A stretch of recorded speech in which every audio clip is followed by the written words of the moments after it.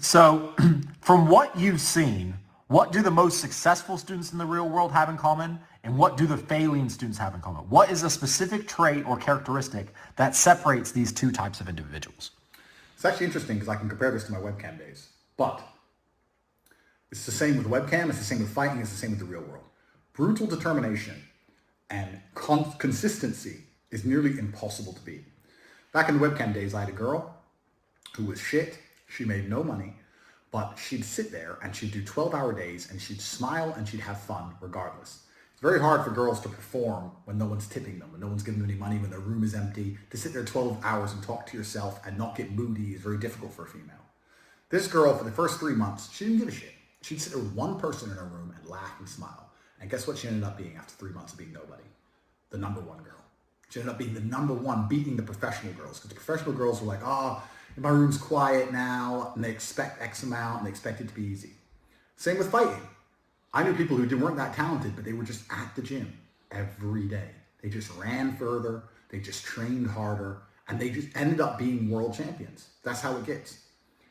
You cannot beat consistency.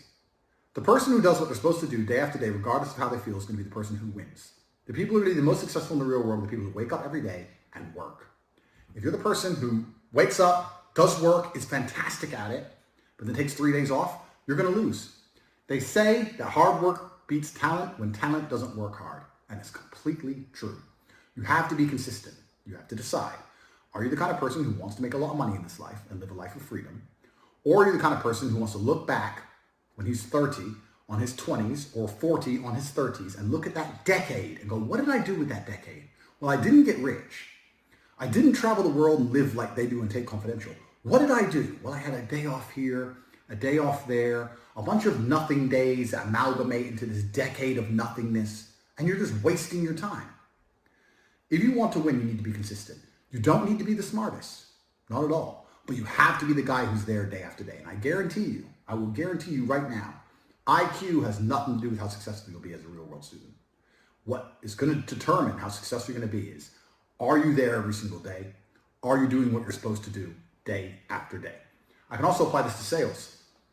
I knew guys who were terrible on the phone. Back in my day on sales, you used to have to call companies. I was smooth. I was the best.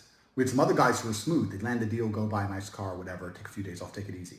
We had people who were terrible. And when I say terrible, I mean they had a thick Indian accent, didn't speak English that well, didn't know the script that well, didn't know the answers.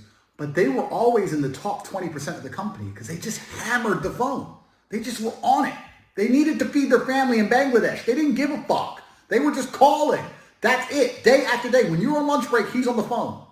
You can win with hard work alone. And that's what's amazing about the universe when I say that God will give you anything you truly want.